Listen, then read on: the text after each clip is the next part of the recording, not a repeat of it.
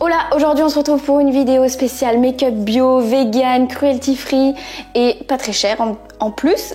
Si le maquillage bio t'intéresse et que t'as un peu envie de savoir ce que ça rend, ben cette vidéo est faite pour toi. On va faire une petite première impression, crash test avec la marque Lavera. Alors Lavera, c'est une marque que j'utilise particulièrement pour tout ce qui est soin de la peau et cheveux, mais j'avais déjà testé un fond de teint et un rouge à lèvres de leur marque. J'avais bien aimé, vraiment j'avais bien aimé, mais là on a un truc assez complet. On va débuter par le fond de teint 2 en 1 donc c'est en version compacte. J'ai la teinte la plus claire, Ivory, mais elle me paraît très foncée pour la première teinte. Il y a une petite éponge qui est fournie avec, donc je vais prélever ça et on va tester. Ça fait très foncé là. Bon, on commence par ici. Ah non, ça va. Oh, j'aime pas. Ah, j'aime pas le rendu que ça fait. Je pense que c'est l'éponge en fait qui fait un effet un petit peu bizarre. J'ai l'impression qu'on voit vraiment que j'ai du fond de teint quoi. Oh god damn it. C'est très bizarre, déjà je pense que c'est beaucoup trop foncé pour moi. Bon, je continue toute l'application et je dis mon avis juste après.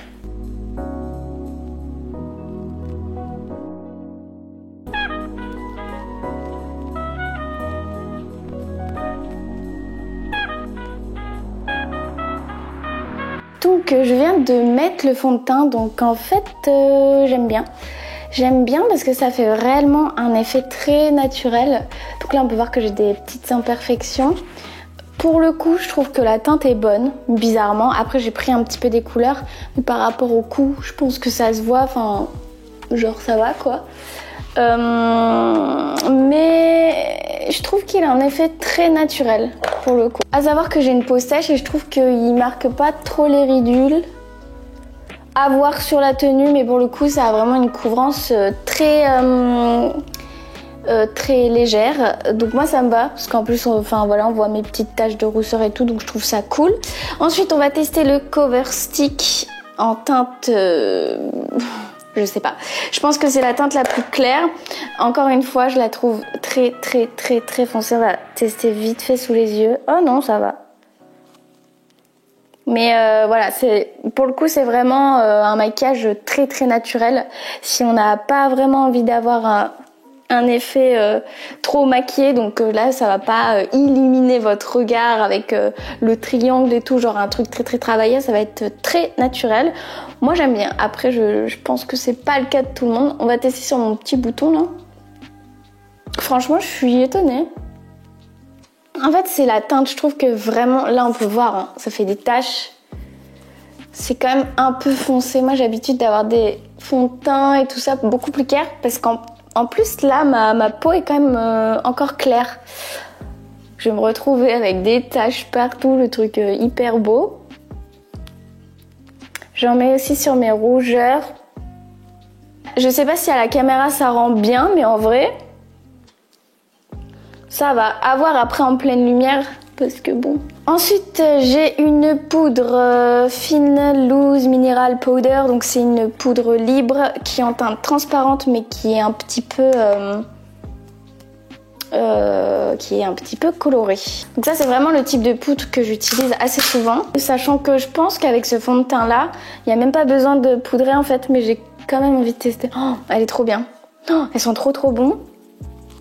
Oh non, c'est le pinceau qui sent bon parce que je les ai lavés. Ensuite, pour le bronzer, j'en ai pas, mais je vais utiliser celui de chez Avril. Donc c'est une poudre bio. Également, on va tester parce que j'ai quand même envie de tester pour voir ce que ça fait. Donc je vais venir prendre un pinceau. J'en mets un petit peu, ça va vraiment réchauffer mon teint. Non, en vrai, j'aime beaucoup le rendu, c'est un truc de ouf. Genre vraiment, j'aime beaucoup.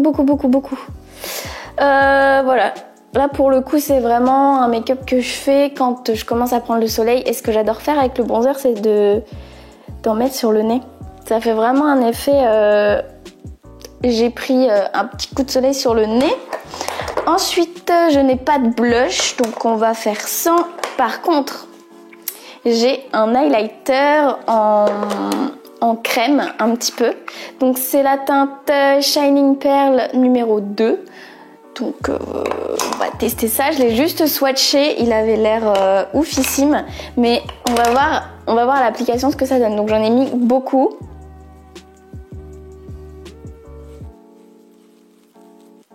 Oh, il est canon. Il est vraiment beau. Après, je trouve qu'il illumine pas genre en mode waouh. Mais il est pas mal. Franchement, je pense qu'à la caméra, ça se voit. Mais il est vraiment pas mal. Oh, le fond de teint, en fait, je suis fan là. En fait, c'est souvent, on voit le fond de teint, enfin, genre... quand il a pénétré votre peau et tout ça, genre après 5-10 minutes de pause, je trouve que c'est là où on se rend compte si le fond de teint va être joli. Ah ouais non, oui, très joli. Très joli highlighter. Très joli. Pour le moment, je suis pas du tout déçue. Je vais en mettre au bout du nez. C'est vrai qu'il est joli quand même. Et le truc qui est cool avec les produits là depuis tout à l'heure, ça sent super bon. Et j'en mets ici. L'arc du Cupidon. J'ai oublié de mettre du stick à lèvres, donc je vais le mettre tout de suite. C'est toujours mon stick à lèvres qui vient de chez Action, qui est également cruelty free. J'ai les lèvres tellement sèches. Et non, je n'ai pas de rouge à lèvres. Souvent on me fait la réflexion. Mais en fait j'ai les lèvres de base qui sont assez foncées. Par mon père, c'est héréditaire les gars. Bref, je vais passer aux sourcils. Donc au niveau des sourcils, je n'ai rien pour faire les sourcils, donc je vais faire ça comme d'habitude et on revient juste après. Voilà pour les sourcils. Maintenant on passe aux yeux avec une petite palette très mignonne. Donc c'est la Illuminating Eyeshadow, bon bref vous avez compris. Comme tu le sais, je me maquille quasiment pas les yeux ou rarement, mais bon je me suis dit que ça pouvait être sympa qu'on teste ça ensemble si ça t'intéresse. Donc il y a des teintes très jolies et je ne sais pas ce que je vais mettre. Je vais mettre le rosé. Bon clairement on va mettre ça au doigt en mode YOLO, on s'en fout. On met ça à l'arrache. Waouh, la couleur est très jolie et très naturelle au final. Donc là, on est clairement sur un make. Pardon. On est clairement sur un make-up supranaturel, mais même avec le doigt, les gars, on est sur un résultat super joli.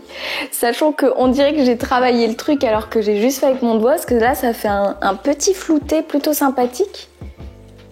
Non, vraiment très joli. Très facile à appliquer, pas du tout poudreux, c'est mieux.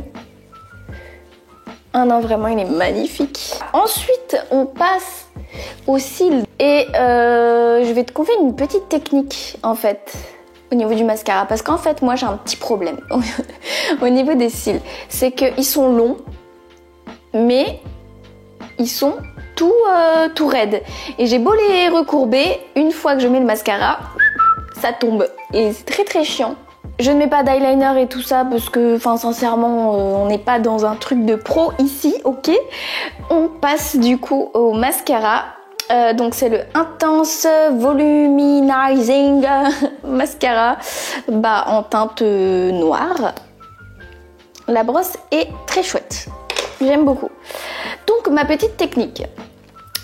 Si toi aussi tu as les cils longs ou courts, mais qui sont très plats, une fois que tu les recourbes, ça les recourbe. Et en fait le truc c'est de mettre juste sur les longueurs.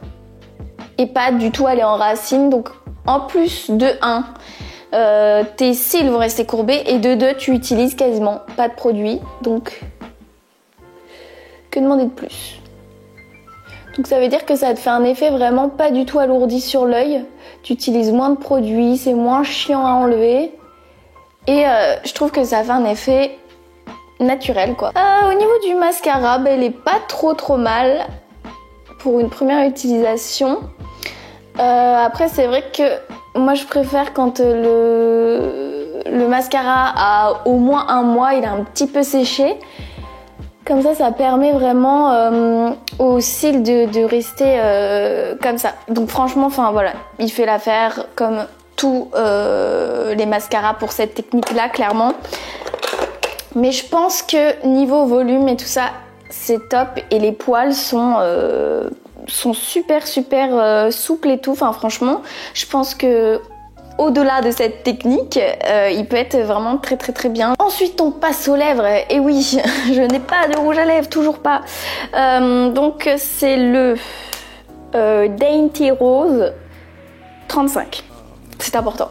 Donc c'est un magnifique rouge à lèvres qui est de quelle couleur? Qui est framboise, j'allais dire framboise, rose.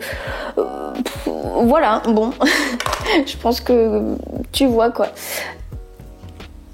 Donc j'en ai mis au centre. On voit clairement rien, mais ça me fait un effet très rose en fait sur les lèvres. C'est très bizarre.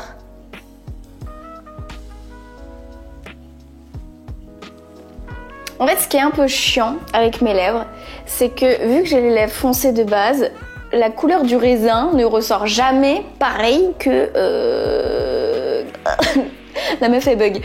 Non mais ça ressort jamais pareil en fait. Enfin genre là, la couleur était super belle et sur mes lèvres, je suis pas fan. Genre vraiment pas. Oh, je trouve ça immonde. Mais ce qui me saoule, c'est que la couleur est super belle. Mais sur moi, ça fait Barbie quoi. Voilà, le petit crash test est terminé, j'espère que ça t'aura plu et puis j'espère que ça t'aura donné envie de tester le maquillage bio parce que c'est vrai que c'est toujours mieux pour la peau, mais sincèrement le fond de teint c'est un énorme coup de cœur. N'hésite pas à liker cette vidéo si elle t'a plu, à t'abonner, on est bientôt 36 000, attention. Je te remercie d'avoir regardé cette vidéo, je te fais de gros bisous et je te dis à très vite. Ciao.